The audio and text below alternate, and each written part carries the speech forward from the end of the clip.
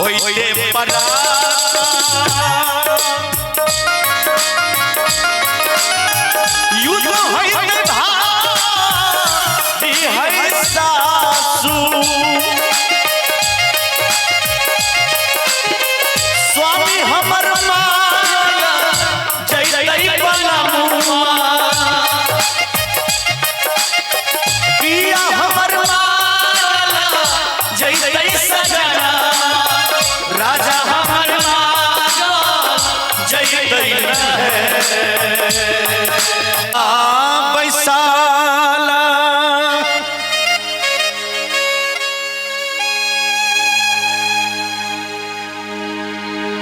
रानी है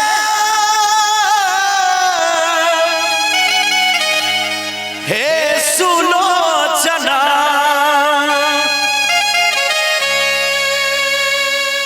सासु से अरजिया करथी नहे। लंका नगरी में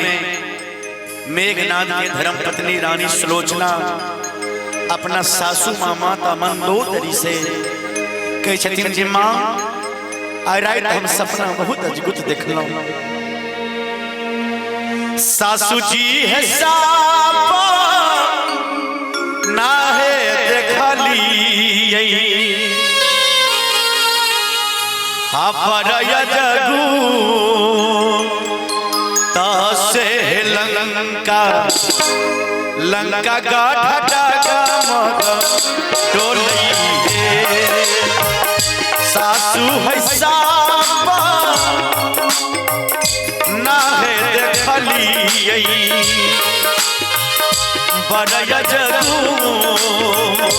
तसे लंका लंका गाढ़ा टोली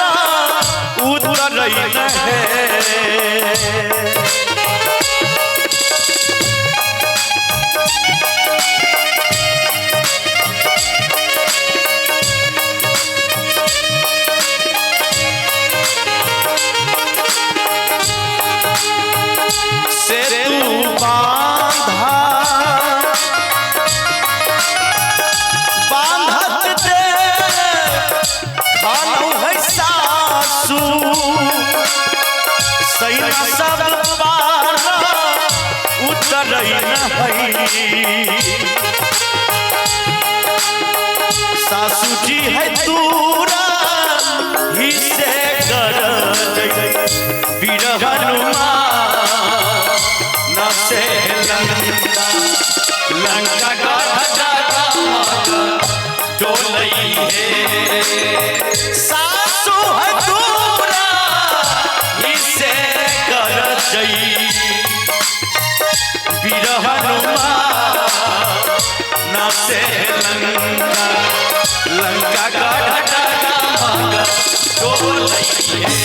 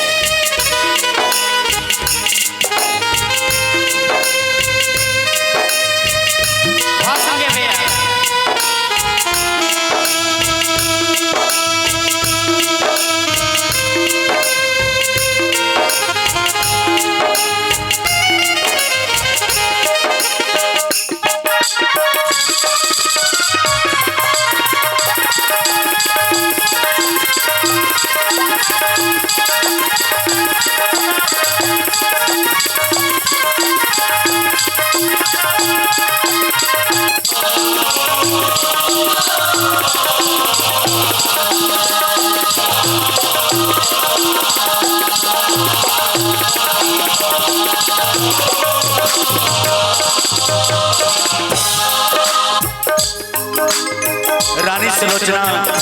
सासू माँ से कहे जे माँ अब हमारा नहीं भाजल जाए। माता मंदोदरी कहे कि कन्या हे दुल्ही आगे बताबू ने सपना में और की देखलिए। कहे माँ होइते पराता युद्ध होइते भाई है सासू स्वामी हमर माया जय बलमुआ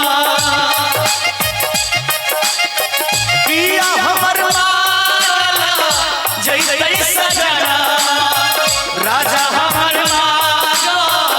जय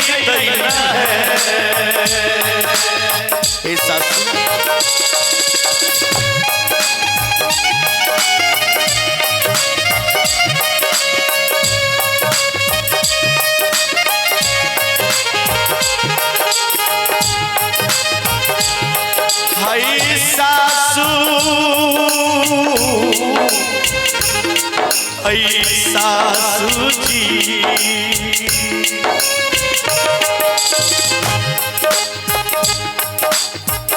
होइते पराता युद्ध होइते भाई है सासू स्वामी हमर माना जय है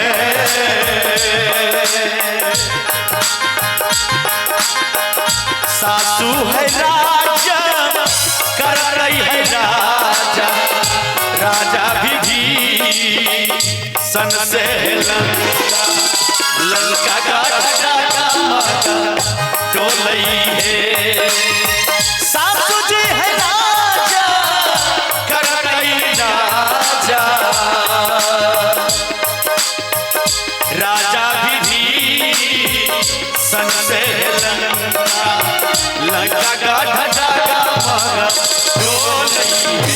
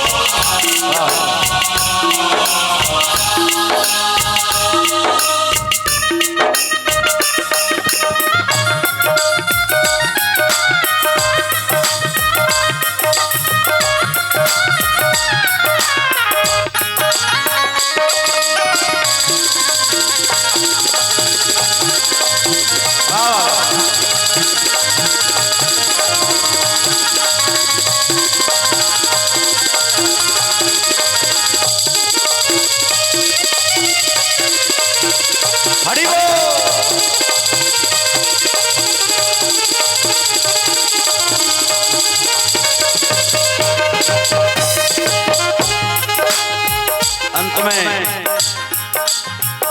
तुलसीदास सोहर वाला है गाभी के सुनइए कारण है।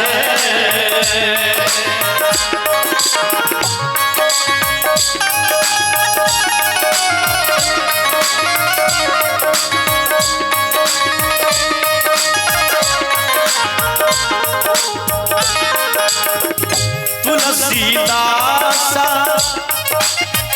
सोहर वाला है गाभी के सुनई में कारण है।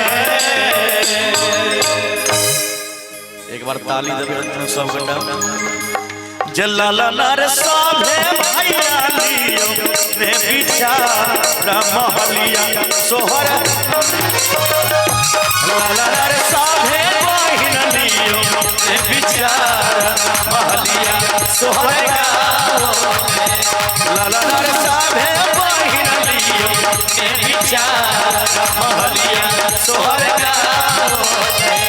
लाला सादा भैया लियो ने बिचारा महलिया सोहर